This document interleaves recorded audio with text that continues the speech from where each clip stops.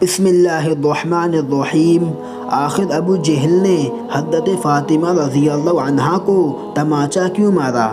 دوستوں، ایک بار ابو جہل نے حضرت فاطمہ رضی اللہ عنہا کے تماچا مارا اور آپ رضی اللہ عنہا بہت روتی ہوئی اپنے والد کے پاس پہنچیں۔ بہت ہی پیارا واقعہ ہے۔ آپ سے گزارش ہے کہ آپ اس ویڈیو کو پورا ضرور دیکھنا۔ انشاءاللہ آپ کو یہ واقعہ بہت پسند آئے گا۔ دوستوں، ایک بار ابو جہل اپنے دوستوں کے ساتھ راستے کے کنارے کھڑا ہوا تھا اور بات چیت کر رہا تھا۔ جیسے ہی اس نے دیکھا کہ محمد صلی اللہ علیہ وسلم کی بیٹی فاطمہ آ رہی ہیں، وہ اتنا بڑا ظالم تھا کہ اس بدکار نے حضرت فاطمہ رضی اللہ عنہا کو چڑھانے کے لیے آپ کو آواز دی اور آپ کے والد حضرت محمد صلی اللہ علیہ وسلم کے بارے میں غلط باتیں کہہ کر ہنسنے لگا اور آپ کو چڑھانے لگا۔ حضرت فاطمہ رضی اللہ عنہا کی عمر اس وقت 6 سال کی تھی اور آپ چھوٹی سی تھیں۔ اپنے والد کے لیے ایسے الفاظ آپ برداشت نہیں کر پائیں اور آپ کے قدم رک گئے اور آپ نے بنا کچھ دیکھے ہی ابو جہل سے غصے میں آ کر کہا، او ابو جہل، شرم کر، تو جھوٹا ہے، اللہ نے میرے باپ کو سچا بنایا ہے۔ ابو جہل، جو کہ بہت ہٹا کھٹا آدمی تھا اور ایک چھوٹی سی بچی نے اس کی آنکھوں میں آنکھیں ڈال کر آج اسے اتنا سنا دیا، اس کا مذاق اس کے دوستوں میں بننے لگا۔ جب ابو جہل کو اپنی بے عزتی محسوس ہوئی تو اس ظالم نے آگے بڑھ کر چھوٹی سی سیدہ فاطمہ رضی اللہ عنہا کے گال پر ایک زوردار چانٹا مارا۔ حضرت فاطمہ رضی اللہ عنہا چھوٹی سی تھیں۔ اس ظالم کے اس قدر مارنے سے آپ رونے لگیں اور روتی ہوئی اپنے گھر پر دوڑی چلی آئیں۔ حضرت فاطمہ رضی اللہ عنہا کے گھر پہنچتے ہی جیسے ہی آپ کی نظر اپنے والد حضرت محمد صلی اللہ علیہ وسلم پر پڑی تو آپ روتی ہوئی دوڑتی ہوئی حضور صلی اللہ علیہ وسلم کے پاس گئیں۔ حضرت فاطمہ کو روتا دیکھ کر حضور صلی اللہ علیہ وسلم بے چین ہو گئی اور حضور صلی اللہ علیہ وسلم کی آنکھوں میں بھی آنسو آ گئے۔ آپ کو سینے سے لگا کر آپ کے آنسوؤں کو پوچھتے ہوئے آپ سے کہنے لگی، بیٹی کیا بات ہے، اتنا کیوں رو رہی ہو؟ اے بیٹی، پوری زندگی صبر کے ساتھ گزار دی، کئی دن فاقے کیے ہیں لیکن کبھی آنکھ میں آنسو نہیں آئے، لیکن بیٹی بتا تو صحیح آج رونے کی وجہ کیا ہے؟ حضرت فاطمہ نے حضور صلی اللہ علیہ وسلم کو سارا واقعہ بتایا کہ ابا جان، میں راستے میں گزر رہی تھی، راستے میں ابو جہل آپ کو گالی دے رہا تھا، میں نے اس کو جواب دیا، پھر ابا جان میرے گال پر زوردار تھپڑ مارا۔ دوستوں، آپ کو ایک بات اور بتا دیں کہ یہ تاریخ میں پہلے کبھی نہیں ہوا تھا جو آج ہوا ہے، یعنی کہ ہمارے نبی صلی اللہ علیہ وسلم کے راستے میں لوگوں نے کانٹے بچھا دیے، لیکن ہمارے حضور صلی اللہ علیہ وسلم ان لوگوں پر کبھی غصہ نہیں کیا۔ حضور صلی اللہ علیہ وسلم کے اوپر اونٹ کی اجری ڈال دی گئی لیکن آپ نے کبھی بھی غصہ نہیں کیا۔ آپ کو پتھر بھی مارے گئے لیکن آپ صلی اللہ علیہ وسلم کو غصہ نہیں آیا۔